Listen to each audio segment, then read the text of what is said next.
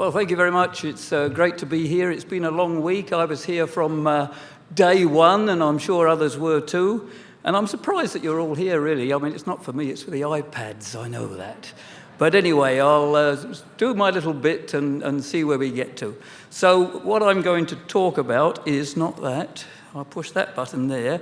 Expanding our clean energy boundaries. That's the brief I've been given, and I've got a few minutes to try and do this. So I come from New Zealand. It's down the bottom of the world there. We are 80% renewable electricity with no subsidies whatsoever. We're very proud of that, and that's because we got good resources. But that's actually the wrong way to draw a map of the world. This is the way to draw a map of the world. New Zealand's up there, and I've just been across there to here, and then to Tokyo and to Bali, and I'm here in Manila, and I've got to get home. And the reason I'm telling you that is it's cost me 3.27 tons of CO2, assuming the plane's full on the way back to New Zealand next week. And what's a good thing, though, is I actually have a forest. I've got a Kyoto forest. It's 200 acres, 80 hectares. I've got 13,423 tons of CO2 certified from the New Zealand government. I've actually got a fifth of that, a fifth share of the forest. And I've got surplus credits to sell if anybody feels guilty having flown across here. So what I want to do in the next few minutes is to extend the visionary thinking of the ACEF community and to show the links between energy, water, food, land, and climate, because they are inextricably linked together. And also to stimulate innovative ideas and solutions as needed urgently to deliver the transition towards sustainable development and a clean energy future. In other words, where are we at and where are we going?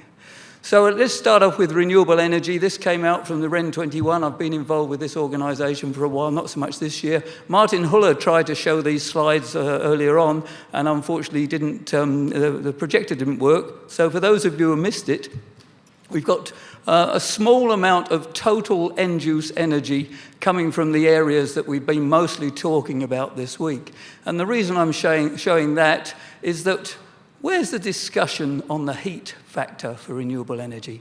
Because we haven't covered that very much at all in terms of industrial heat, domestic heat, and such like. It's a key part of renewable energy, something to consider. If we look at the global electricity generation at the end of last year, then there was solar was 0.9% and wind was 3.1%, and we've heard a lot about that and the rapid growth.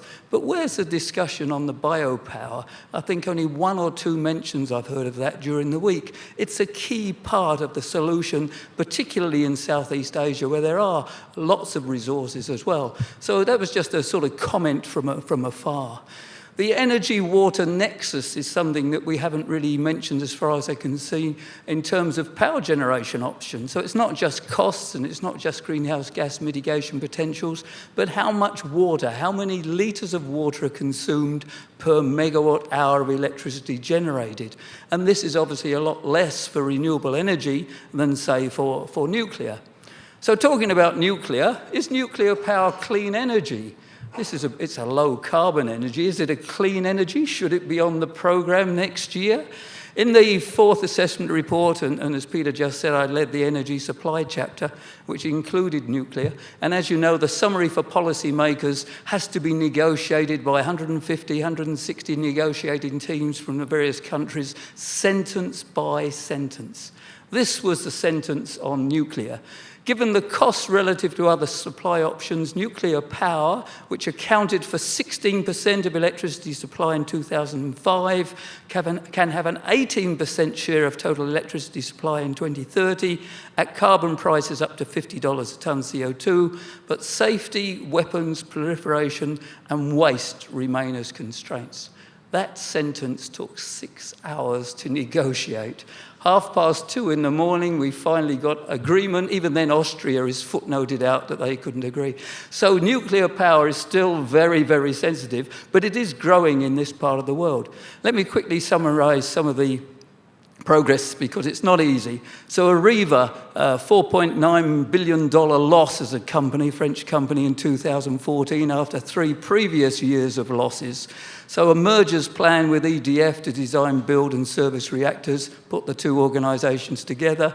The European pressurized reactors, or evolving pressurized reactors as they're sometimes called, in Finland, for example, is 10 years behind schedule, and there's a $3.9 billion discussion on who's responsible for this now. So, like I say, it's not easy. Similar reactor in Hinkley in the UK is under construction, but now they're thinking, oh, gee, is it going to take this long? Is it going to cost this amount of money?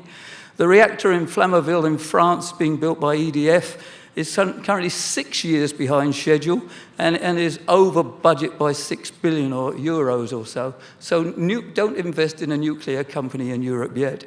But there are good signs in Taishan in China, being built by the Chinese General Nuclear company. The 2 reactors are on time and within budget. And there are others in South Korea and wherever. So nuclear is going to be part of the package, low carbon, and if a nuclear plant's built, 2,000, 3,000 megawatts maybe, is it going to back out renewables in that area?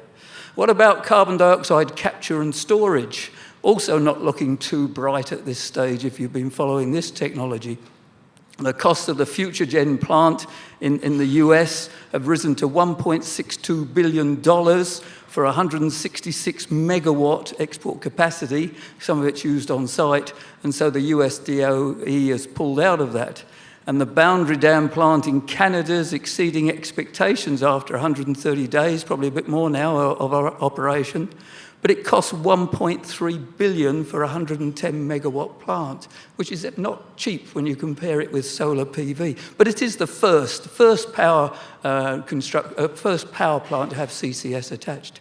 The Australian government's pulled out of its funding, and the utilities of the European Zero Emissions Platform have stated, we do not have the necessary economic framework conditions in Europe to make CCS an attractive technology to invest in. So nuclear is struggling, CCS is struggling, meanwhile renewables, as we heard, and energy efficiency are moving fast.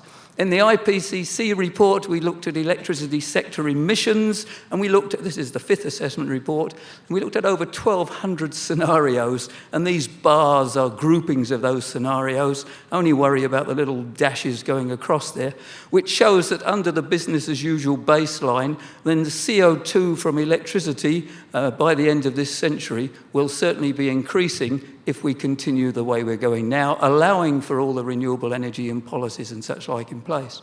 If we look at a policy scenario for 450 parts per million without CCS, then it's possible by the end of the century to drive down the emissions down to zero, which of course is nuclear and renewables coming on in a big way, and that's what we need to do.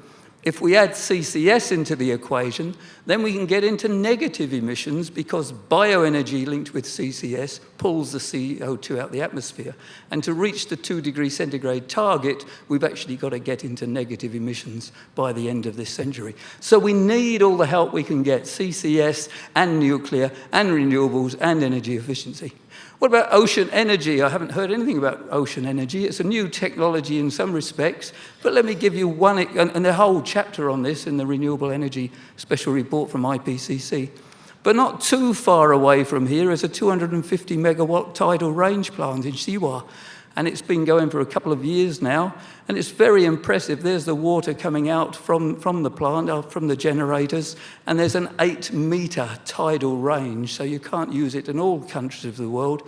But there's inside the turbine hall, hugely successful. It's not variable because you know the times of the tides, and we could have a few more of these around the world. So ocean energy is something to keep your eye on. Is energy efficiency winning? And Tom, of course, would say it's not, from judging by the previous panel, but it is making progress. And this is from the REN 21 report again. The global energy intensity has declined by around 1.25% annually since 1990, gone up in the Middle East, but there is progress there. But of course, the problem is the total global energy demand continues to increase, and all the scenarios in IEA, wherever, are all saying a great chunk of opportunity comes from energy efficiency, but as Tom clearly said, we are struggling to realize it. And if we look at the Renewable Energy IPCC report, what we said in there was a key message that to maximise renewable energy uptake needs energy efficiency in place too. They're not two separate things, they work in together. We're all on the same side, and we're like the defence and the forwards, so it's not a case of them and us. So I've detected a little bit of them and us around these sessions here. But technology change is easier than behavioural change. Again, Tom mentioned this.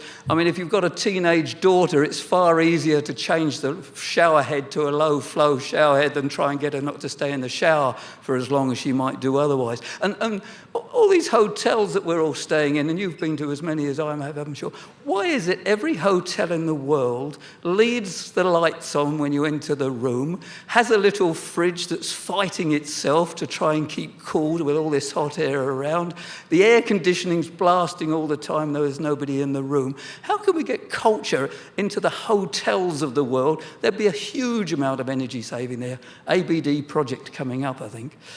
In terms of market penetration of clean energy systems, this is increasing, but the rate remains far too low. Again, this comes from IPCC. The total carbon budget, if we're going to reach the 2-degree centigrade target, 2,900 gigatons, we've already used up about 60% of that, leaving 1,000 gigatons there. Let me show you this in a little bit more detail, that in the past 150 years or so, we've released about 1,900 gigatons CO2 into the atmosphere. They're floating around up there now, and that's leading us to this 1-degree temperature rise. We haven't got there yet because there's a lag, but we are certainly on our way.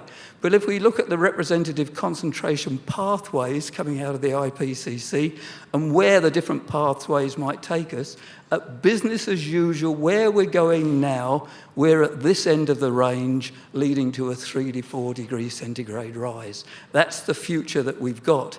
And so what we need to do to get to the 2-degree target, to constrain to there, is only dig up that amount of coal, oil and gas over the next 100 years. It's a huge commitment. And I was just in Indonesia, the vice president there said, we've got, this is at the International Student Energy Summit, we've got loads of renewable energy, it's great, yes, but we can't really do it. We're going to dig up, we're going to use our coal instead. And yet the resources are there, and the same in Pakistan and many other places too. We do have a problem in keeping that in the ground.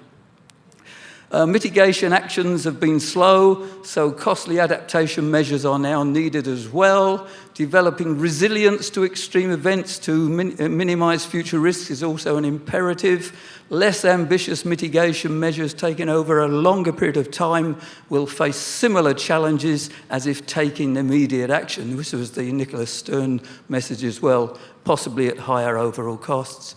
And before the end of this year, all countries are obliged by the UNFCCC process to present their INDCs, including climate change mitigation targets and adaptation measures and policies. Where are we up to there? There's the countries that have already put in their INDC, coloured in sort of turquoise there. Still a lot that haven't done so. That equates to about 1/3 of the total greenhouse gas emissions in the world.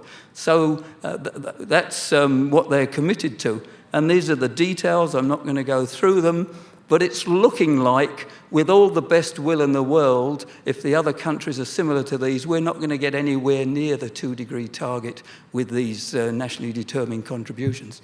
2 examples here. Mexico has got a 51% reduction in black carbon as part of its contribution, which is very unusual. I'll come back to that later on, if I've got time.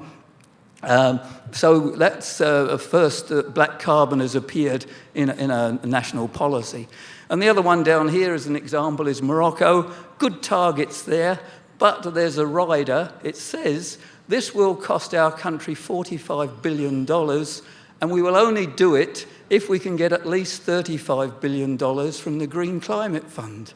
And this is where the negotiations are going to be in Paris, making it very, very challenging. So I'm not picking on Morocco because they're doing good stuff, but that's just an example of where the debate is going to go.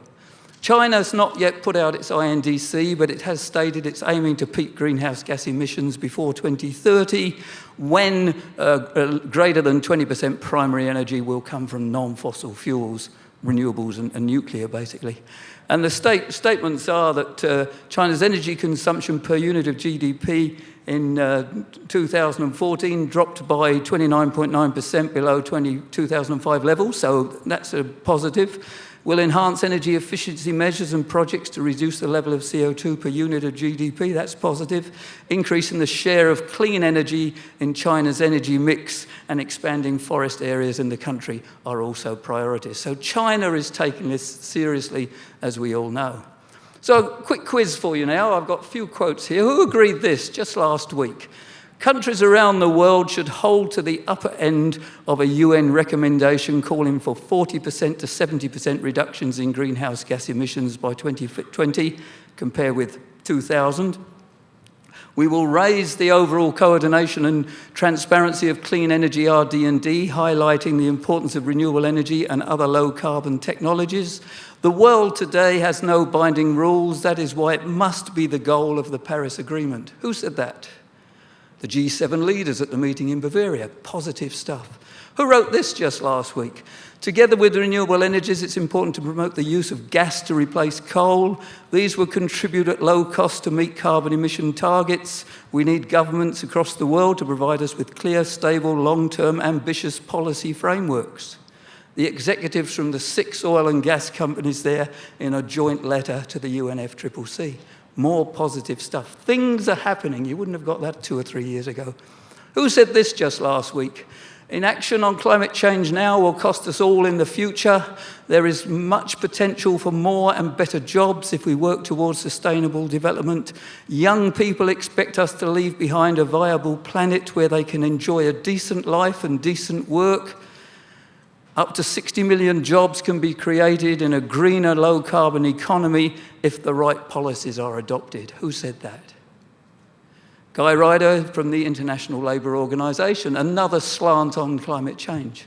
Who said this on his way to the Philippines? The climate meeting in Peru were nothing much. I was disappointed. There was a lack of courage. They stopped at a certain point. We hope that in Paris the representatives will be more courageous going forward. Mostly in great part, it is man who has slapped nature in the face. We have, in a sense, taken over nature and have exploited nature too much. Thanks to God that today there are voices, so many people who are speaking out about it. And of course, that's Pope Francis. And in his encyclical, I've figured out, my Latin's got a bit rusty now, but I think an encyclical is a document written on recycled paper. Anyway, the day before, hot off the press, the encyclical was released and the letter was sent to over 5,000 bishops and Catholic churches around the world. Humanity is called to create awareness of the need to change styles of life, production and consumption, to combat the warming, or at least the human causes that produce or accentuate it. This is it's a 184-page document, so I haven't read it all. But the Vatican's stance is clear that climate change is crucial, we need to do something about it, and the talks in Paris are the way forward. The Pope is meeting with Ban Ki-moon, going to the UN summit again in just a few weeks' time, and he does, of course, have a pretty strong following. He's being criticised by saying this, but anyway. Who said this just last week? This is my last quote. When I've been up close to these wind farms, there's no doubt not only are they visually awful, they make a lot of noise. I fully take your point about the potential adverse human health impact of these things. What we did recently in the Senate was reduce the number of these things that we are going to get in the future. Now, frankly, I would have loved to have had reduced the number even more, but we got the best deal we could. Who said that? Mr. Tony Abbott, Prime Minister of Australia. God save Australia, gee. Okay, moving on, and of course, the coal companies there are a pretty powerful lobby. We've talked about global subsidies. I'm not going to mention this. It is an issue, though. This is just one of the analyses. But if you compare it with the subsidies for clean energy, they do really have an impact. This comes from the IPCC, that large changes in energy investment are required in the next 2 decades to reduce emissions to stabilise at 2 degrees centigrade. And so we've got to reduce the fossil fuel investments, as you can see down the bottom there, and on the right is energy efficiency, and the renewables and CCS are there, and they need that far greater investment. So this is part of the IPCC analysis. Haven't got time to go into details, in fact. Just last week, again, the World Energy Outlook special report came out. Emissions from the energy sector are double, and there's a whole range of comments here. And again, I won't read them all out because it is there in the report, but they're reinforcing what this meeting has been trying to do in order to try and get more renewable energy, more investment, more financing, and make the challenge that much faster. An integrated approach to energy and climate change is needed. So I'll just pause here for a minute for the Global Environment Facility, because we do now have integrated approaches instead of single focal or even multifocal funding areas. And one of those is, one is food security, the other one's taking deforestation out of the commodity supply chain. But just briefly looking at sustainable cities, there was a good session on this on day 2, was it, or day 3, I've forgotten now. Every city has a unique but complex mechanism, and this is where integration of energy, not just thinking of energy on its own and climate change, but we have to look at a much broader sphere. This is a diagram I put together to try and describe a city, and the key part of it is in the middle, the people, the community, but around the outside are all the inputs and all the outputs, and as we well know, a city is hugely complex.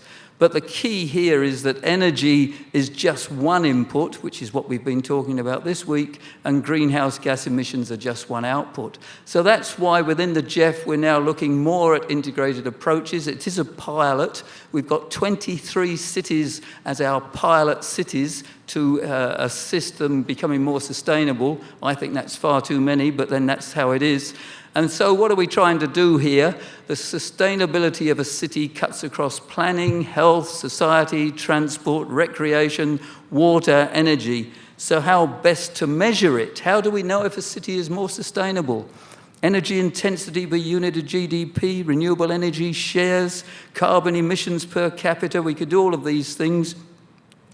Number of accredited green buildings, energy efficient buildings, amount of green space, total land area. There's not much green space in Manila that I can find when I've been out running in the morning. Daily water consumption per capita, waste treatment system efficiency, local air quality, coming back to black carbon again. All of these are ways of making a city more sustainable. Share of land area. Some cities have got 30% of their land area around roads and car parks. 30% is dedicated to the automobile, not truly a sustainable city. Most important of all, citizen satisfaction and quality of life. Not easy to measure, but that's one of the indicators that we're aiming to look at within the GEF. And finally, the low carbon transport. I enjoyed the carbon deep dive workshop, learned a lot from that. And share of the total journeys. I've got some examples here where a city can make a difference. This is in Taipei, morning rush hour, waiting at a traffic light. You wouldn't want to be crossing the road when the light changed, would you? And get families out on their bicycles. This is one way to do it. You can get a whole family of about 5 or 6 there. And if you want to take your family on holiday, this is a great way to you get a few in there. And you can have freight as well. There's all sorts of things you can carry on a bicycle or a motorbike. And as for this next one, how many people on a motorbike can you get? And the baby in the bucket is the one that I think is amazing. But think of how many kilograms of CO2 per passenger kilometre that motorbike's doing. It's pretty low. And my favourite of all is this one here. If the bus is full, then you get a real low-carbon transport. So this is where cities can sort of help. City air pollution levels, however, are high in some areas, and this is the particulate matter, the aerosols. Much of this black carbon comes from diesel fuel, cook stoves, coal, as well as in power generation plants. So we need to reduce that. It is a short-lived climate polluter. We're just putting a report together at the GEF and through the science panel with the World Bank on that, on how we can incorporate black carbon into project evaluations and assessments. And of course, you do get the benefits of improved health as well. So there are ways to reduce black carbon. It's quite complex, but certainly we need to be able to do that to give us some short-term climate benefits. In terms of climate smart equals energy, food, water smart, the food security challenge is what we've been talking about. I've just been based at the UN FAO in Rome for 7 or 8 weeks working on a couple of projects there. And so the agri-food sector has been charged with increasing productivity to feed more people and to get higher qualities of protein over the next decades and centuries. But it's also been challenged to reduce its dependence on fossil fuels, improve land use and water efficiency, and reduce greenhouse gas emissions. So trying to increase food in one way, reduce emissions and water use in the other is a big challenge to do. Not impossible. Some work I did with the FAO 2 or 3 years ago now showed that about 1/3 of end-use energy goes into our food supply chain, including production, processing, etc. So it's a pretty significant part of the total energy use. It's different in high GDP countries, more processing, more transport, than low GDP countries, because of course there's a lot of local consumption of food there. And it's different in terms of the GDP, gigajoules per capita in high GDP and low GDP countries. But in all of those situations, we do know that we can reduce energy and reduce the greenhouse gas emissions. I've got another 2 or 3 minutes left, I think. Is that right, Peter? Yeah. Annual greenhouse gas emissions from the global energy food sector are around over 20% of total greenhouse gas emissions too. And if we break them up into behind the farm gate on the right and post-harvest on the left, post-harvest is mainly CO2, and behind the farm gate, of course, is mainly methane and nitrous oxide. So there are some challenges there which are different to the energy sector. But energy is a key part of this, and energy efficiency right the way through the agri-food chain and renewable energy is what this report was all about. I wanted to call the report Energy Equals Meals Times Climate Change, which you physicists amongst the audience might recognise as E equals MC squared, but it wouldn't translate into Chinese, I was told, so I wasn't allowed to do that. But basically, energy efficiency measures are possible all the way along the food supply chain. Renewable energy opportunities, if you've got land, then you've got solar and hydro and wind, etc., so you can add that in there. And future food security is closely linked to the availability of affordable, clean energy and avoidance of land degradation and fertile soils, reliable water use. So the message from here is that, again, energy is a key component, but by many means not the only component. The key message that came out of this report too is we fail to consume around 1/3 of all the food we produce. And having looked around at some of the dinners that we've had and the lunches and whatever, I mean, we're guilty here as much as anywhere else. In developing countries, of course, that's lost to vermin and deterioration and such like. But if we could only reduce that, then we can avoid the waste of the fertile land and the water and the energy and the human labour that we're pouring into the food chain. So it makes common sense to get your kids to eat all the food on their plate and not throw it away, and don't buy too much from the supermarket, and all of those sort of things that we can do better. Provision of clean energy for improved post-harvest storage, process and access to markets is part of the solution. And that's where ABD, FAO, GEF, etc. can help with that whole process. And interestingly, as a rider, 1 in 8 people are hungry in the world now, and 1 in 5 people are grossly overweight. So looking around the audience, I won't look too hard, but I'm sure that, anyway. So what will our world be like beyond 2030 and above? That many technologies will be in common use have not even yet been invented. So as a result of that, today's energy scenarios will all be wrong. They'll all be totally wrong because we just simply don't know. The picture there is a wind turbine, in fact, and you know, who envisioned that a few years ago? Future IT systems cannot be imagined. What's the iPad of the future? When it's the 25th ACEF conference and you're giving out iPads, what will you be giving out, Peter? And for farmers in Africa, for example, have got their cell phones, they've got market prices, they can take a photograph of a plant with a disease and they can get some diagnosis done All of this is changing so fast, and we can't imagine what it's going to be like. There will be more extreme weather events and many more environmental refugees. The boat people we're hearing about now could be an absolutely massive problem. Renewable energy systems will be impacted by increased cloud. I haven't heard of any of this week. What will a renewable energy system be like in 10, 20, 30 years' time when the climate has changed? Increased cloud cover, reduced wind speeds, increased storms, droughts and floods, land competition, soil degradation, impacts on hydro, bioenergy, etc., etc. Car ownership will have declined and mobility improved for all. My view is that in 20 years' time, you won't want to own a car. Why would you need a car when you've got driverless Uber taxis and things running past the door? I think this will change drastically. Future INDCs will not match the 2 degrees centigrade target. This is happening now and will take a long time to change. And the climate agreement anticipated in Paris will have become legally binding with a global carbon price driving more nuclear, CCS and clean energy. So that's maybe the world that we're going to move to. So the overall messages for our future generations, and they are my 5 grandchildren, I do worry about what the world will be like when they're my age. So deep cuts in greenhouse gas emissions to limit warming to 2 degrees centigrade relative to pre-industrial levels remain possible. You've always got to have hope if strong policy measures are introduced now to support the greater uptake of clean energy. Cities, towns and communities can make major contributions to greenhouse gas mitigation. I've got more faith in cities than I have in national governments. The co-benefits such as improved health, air quality, reduced congestion, food and water security and better lifestyles are evident but often undervalued. We've got to look at the whole way across the board of all the co-benefits. Climate change impacts and extreme events are already becoming evident, but we're running out of time. Thank you.